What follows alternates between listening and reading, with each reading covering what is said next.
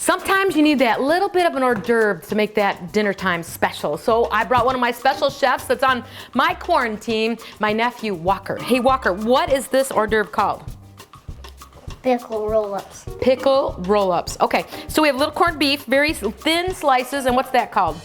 Cream cheese. Cream cheese. Okay, can we spread a little bit of cream cheese on that little piece of corned beef? You do your side and I'll do mine.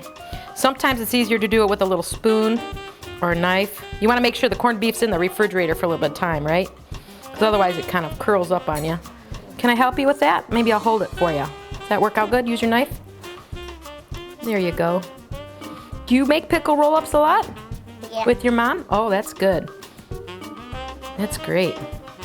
Okay. Maybe the back of the spoon will help you too. All right, all the way to the edges. Now we have a pickle. Can you roll that one up? I'll roll up mine. Pretty simple. Just roll it right in the, do it like this. This way, like that. And roll it up. Cream cheese, a little corned beef, just like this.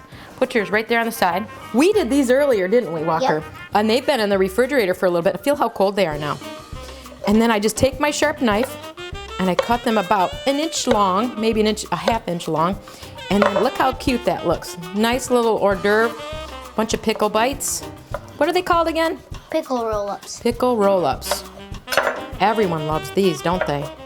The ends, you might not want to serve the ends. That means the chef gets to eat the ends, right? You want to try that one? Try that one, see what you think. Is it good?